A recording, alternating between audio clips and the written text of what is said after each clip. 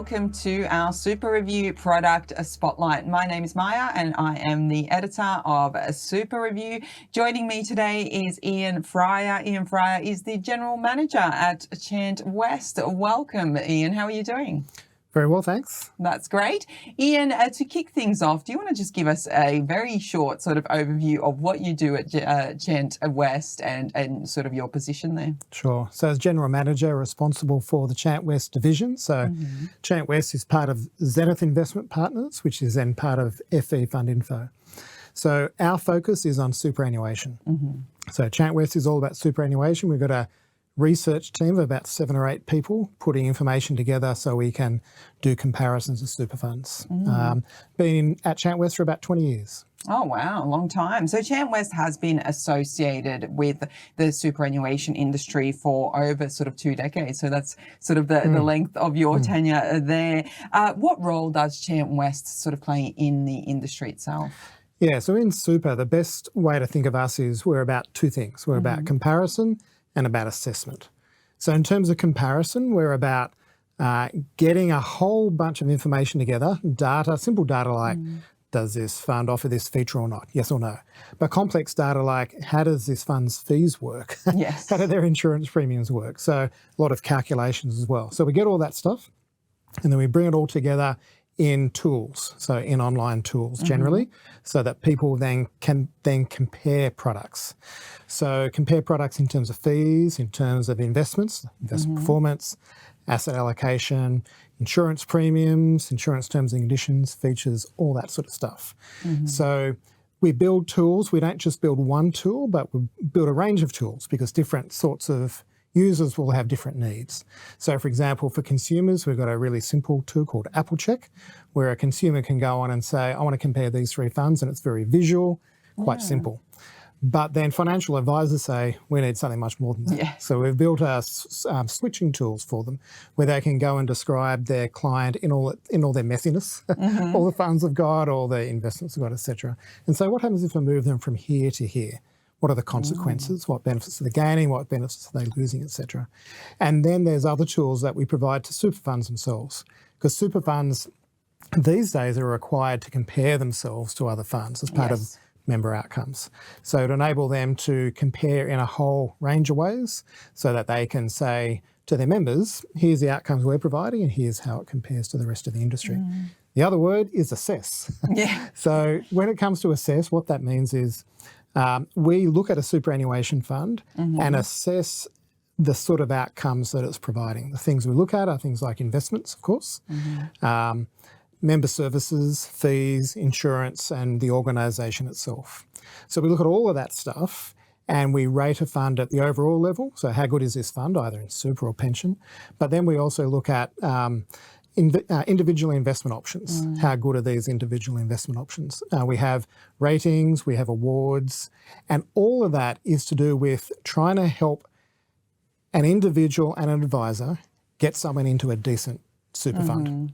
If they get into a decent super fund, it's going to make a big difference to their life after work. So that's us, compare and assess. Yeah, definitely. And obviously getting into the right super fund, we've been talking about that for a while now and the importance of, being prepared for retirement. Chant West is obviously very well known for its research and ratings. We at SuperReview rely on you guys quite a bit for news purposes. What is the significance of the data that you guys sort of provide from your perspective, and what sets you apart from the rest? Because there are sort of a few other, ratings agencies around. Yeah. So we've been doing this for 20 years, and while the core of what we do is pretty similar, we have changed over time because superannuation keeps changing. So we keep changing with it.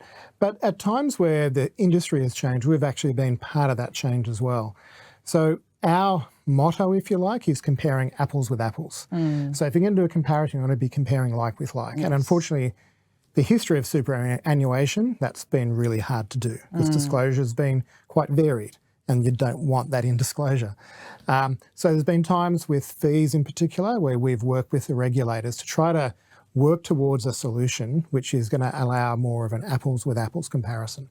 Because if you're going to have people making financial decisions on any comparison, you need to be comparing like with like, Otherwise, people will make wrong decisions. So in order to do that, we need to get to know the funds really well. So a number of times over the years, we've made adjustments to their fees. We say, well, you're showing 100, but we know this is either before tax or after tax, so we're going to make an adjustment. So we're comparing like with like. In order to do that, we need to look at fund accounts, we need to meet with funds and ask the hard questions and understand how they really work. And then that all flows through to all the research that we have. The other part that I'd say is on investments. So investments is the main game. So in our ratings, 45% of the equation is investments. Oh, wow. Because that's where value is generated. People put money in and it doesn't stay there, it grows. So, Hopefully. Hopefully, that's right. Over time, it's actually done really well. Yeah. But there have been some tough times, but generally it bounces back pretty quick. So with investments, we spend a lot of time to understand not just performance and asset allocation, but the drivers behind that. So what's the governance behind how decisions are made? What inputs are there both internally and externally? What does the portfolio look like in detail, not just asset class, what sort of assets are in there and how well are they going to offset each other? How well do they diversify the portfolio? So we spend a lot of time on investments, and we indeed, within our research team, we have some staff which are solely to do with investments because it's the main game. Exactly. And there's been quite a bit sort of going on in the superannuation industry, as I'm sure you're well aware of. Obviously, Treasury is consulting on improving retirement incomes. What are your thoughts on sort of upcoming industry trends, any sort of anticipated challenges, ways to enhance perhaps the super landscape? There's been a lot of change, hasn't there? Oh, and God. a lot of consolidation. Like since the start of MySuper, we've got less than half of the MySuper products. The performance test has been a big part of that. Everyone's been talking about the performance test. That's now extended to trustee-directed product. There's been a focus on scale. You need to be big, apparently. Is it 30 billion, 50 billion? Who knows? Lots of mergers. It keeps changing. Yeah. Lots of mergers. So there's been lots happening. But for us, the big change is really in retirement. Retirement historically for super funds has sort of been on the back burner a bit because there's not the majority of members in there, and the amount of members in there is actually pretty small, and even the amount of money is pretty small. But also in retirement's hard because in accumulation, if people follow the defaults, they're SG going in and then going to the default product, the default investment option, the MySuper, it's generally going to be not bad outcome. But when you move to retirement, it doesn't work like that. There are so many different variables of an individual situation which is going to impact what they should do in retirement. And some of those variables, the super fund just doesn't know. It's all stuff about, do you have a partner? What are their assets? Do you have other super? Do you have a house? Age pension? The list goes on. So I think in the past, super funds have thought, it's just too hard. So they're focused on what's easier and where most of the money is. The retirement income covenant comes along and it's like, changes not good things. enough anymore. So this has to be your focus. And indeed, it should be. Like, superannuation doesn't exist, so we can take whatever it is out of members' accounts and put it somewhere, put it away. It exists so that after it is put away, when someone stops work, they can get it back again. Exactly. So the focus should be on retirement. The issue, though, is that there's some real problems with how we do retirement. The first one is there's a bunch of people who retire but never actually go into a pension product. They stay in super. Because moving from super to pension is actually, it actually requires a whole new product application. And that's actually not something you can just tick a box in most funds. It's actually something that you need to go and do. And indeed, funds, they find it hard to encourage people to do it, because if they encourage people to do it, are they trying to sell a product? The whole advice, So it's really complicated. We should be moving to something where someone can move from super to pension with a click of a mouse, or there could be some triggers in contributions not coming in, and maybe them saying, yes, I finished work, and then it just happens. So once someone's then in a pension product, what then happens? How can we make it easier for them? How can we give them confidence to draw down so they're going to have a decent standard of living in retirement? One of the variables is how much people draw down. And more than half people in most funds draw down the minimum. And they draw down the minimum, sort of like a quasi-default, because on the application form there's two boxes. Do you want to have the minimum, tick this, or do you want to fill in this box with a number that you have no idea what it should be? Exactly. How would you know? So it's like, I'll just go for the minimum. So they go for the minimum, and the minimum is 4% up to age 65 and 5% to age 75. And the long-term returns you're going to get is far more than that from pension. So we're actually saying to people who take them in, which is most people, superannuation your superannuation account actually gets bigger and bigger and bigger until you're age 75. So you've got some people who are skimping in their retirement years because they just don't think they can spend it, but they can. So there's some funds like Australian Super and NGS Super that have smart defaults or smart drawdowns to try to help people understand you can probably take out more. So we're really looking for funds to make some moves in that space. Indeed, there may well be an argument that the minimum should be bigger as is. And then the final piece is, in retirement, how do we get people into retirement products if it's appropriate? Retirement products are really hard, so that deal with longevity, because they're expensive to build. And how do you get someone into there? No one's going to choose it by themselves. So anyway, there's a big advice piece there, and I think we're chatting about advice later on, so we can talk more about that. Definitely. And with what is it, 2 million or something Aussies are set to retire in the near future, we really sort of need to get this right, don't we? Absolutely. It really has to be the main game for super funds now. We've got the accumulation right. Let's focus on this and get this right as well. And obviously with the upcoming implementation, we're sort of moving to ESG now, but implementation of the new reporting requirements under the climate disclosure rules, and that's obviously kicking in July. And then for super funds, I think next year, there's obviously a significant focus on ESG matters.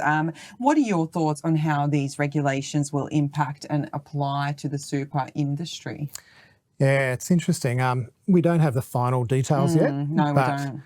Based on what we know, it's very clear that what is happening is this. We're moving from a collection of voluntary disclosures to an environment where it's all about mandatory disclosures, and everyone's got to do it.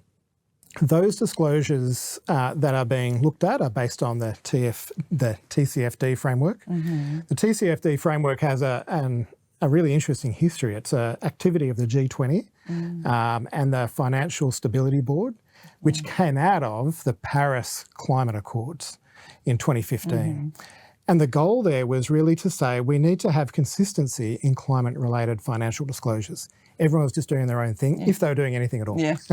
So if we have consistency of disclosures, then it actually gives us some sort of chance to work out what we're doing and work out who's pulling their weight and who's not pulling their weight.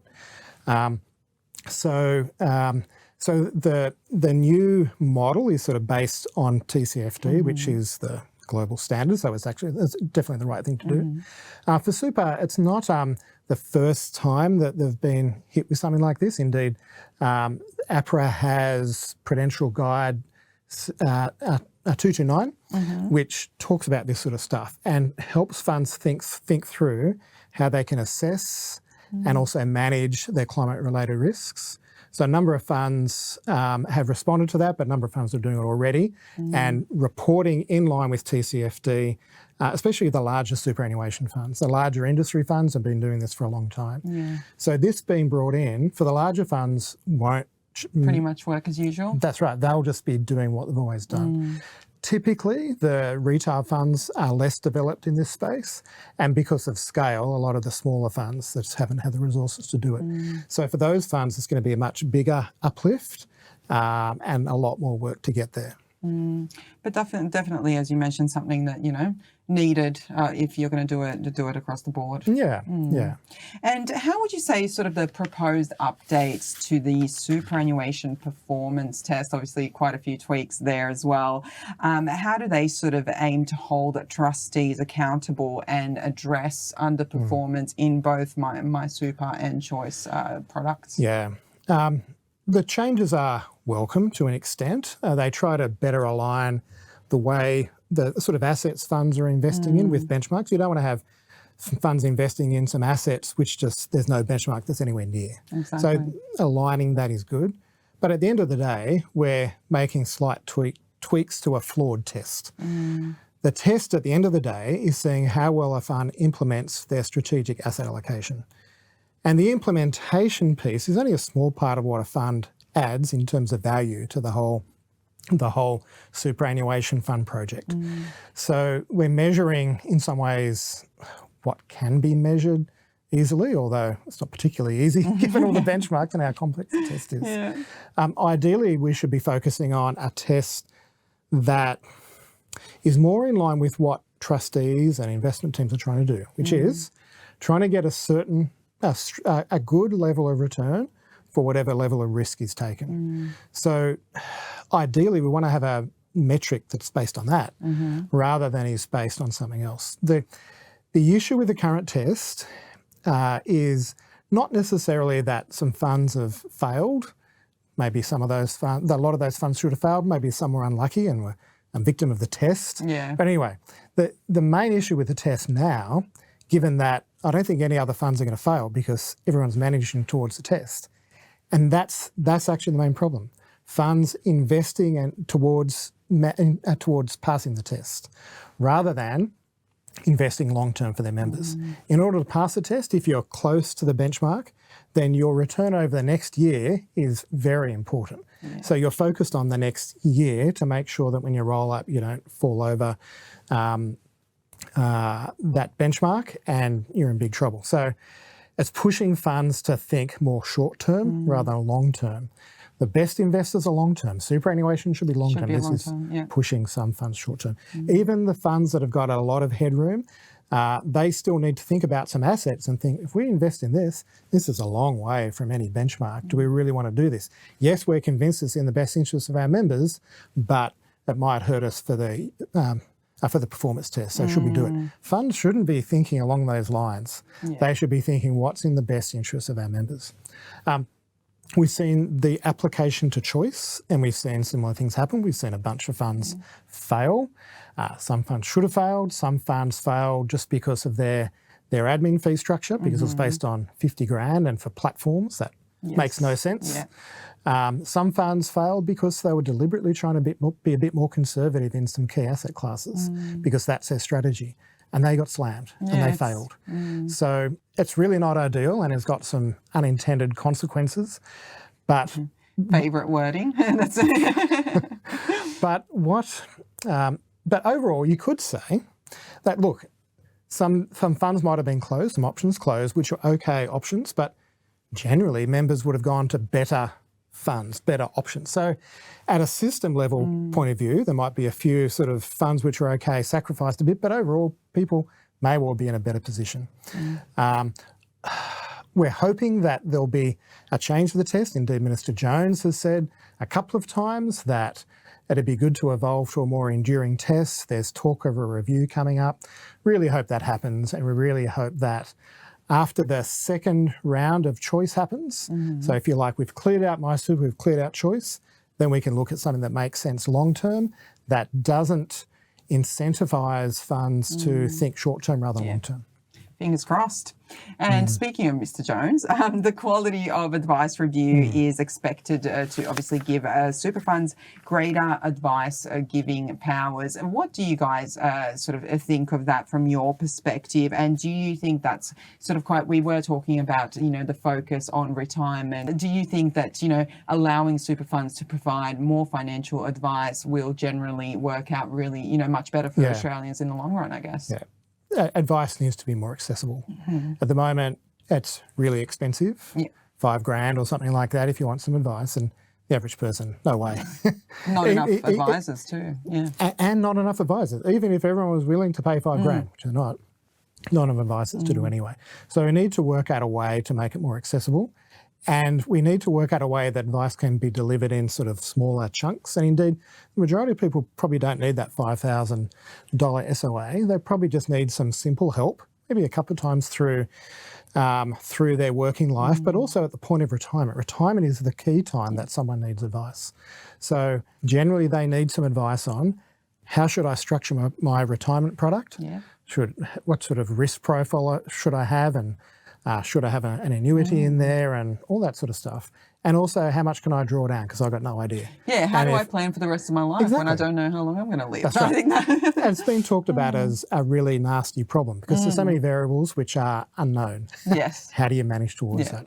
So that's where I think the majority of people probably need some sort of advice. So the new rules will make it easier and less costly for advisors to provide advice. You don't need a whopping long SOA that no one's reading, but you can have a much smaller record of advice. So clearly that's going to make it more cost effective and allow advisors to spend their time on providing good advice to members than completing a document, which is just a compliance thing that no one reads. For super funds, they seem to have a big place in this. They already have members in here in their funds.